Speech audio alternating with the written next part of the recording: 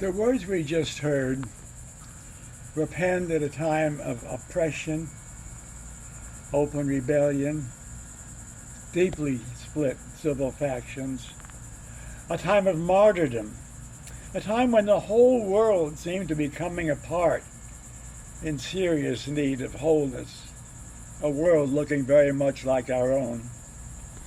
To such a world, the writer called Mark speaks this story. A woman burdened with hemorrhages is impoverished, perhaps from the oppression forced on all common folk of Galilee, living under the heavy taxation on fish and bread imposed by the Emperor Tiberius.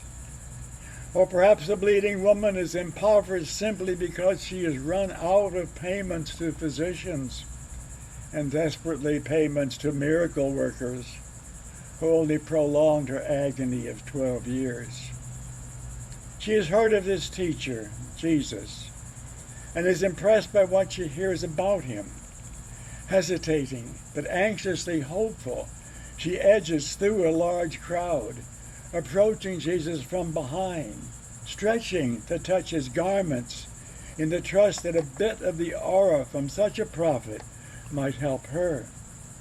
But a high-ranking man interrupts, pushing his authority through the throng of people. He is Jairus, a minor officer of the Sanhedrin, assigned to Galilee. His young daughter is near death. Falling on his knees, he implores Jesus to come and lay his hands on the girl that she might thrive. The crowd stares. Jesus sounds committed to the common people. Will he go with this petitioner of high rank, this authoritarian in collusion with the Roman oppressors? Shocked, they see him start out toward the man's house, but more trouble ensues. Jesus senses that one of the many people jostling around him has just received some of that God-given power which animates himself. "Who touched me?" he asks. The woman's secret is out. She cannot hold back. Apologizing for causing so much trouble, she too falls to her knees in gratitude.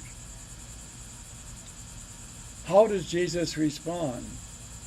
"Daughter, your faith has made you well." That word faith is not religious adherence to a set of beliefs, but rather simply trust, reliance on the divine. So Jesus is stating that the trouble she caused is good trouble, necessary trouble, because she has boldly broken custom to put her total reliance on a holy healing power.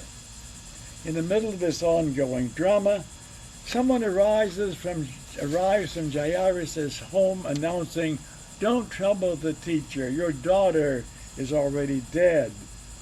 Jesus blesses the woman, now cured, and resumes his march toward Jairus' house. Being not at all troubled by the death announcement, he says, "Do not fear, just trust." Jesus' resolve shows that if the request for help is troubling the teacher, it too is good trouble. Good because it carries forward Mark's theme of showing what Jesus' ministry is all about. Who is this man Jesus?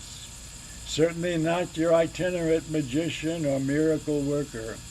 A magician would take credit for his miraculous healings. Jesus did not. A miracle worker would tell people, "Go tell everyone what I did." Jesus did not. So who then is he, as depicted by the narrative that we get from Mark? We'll have a clue when he or she telescopes together two different stories of healing and restoration.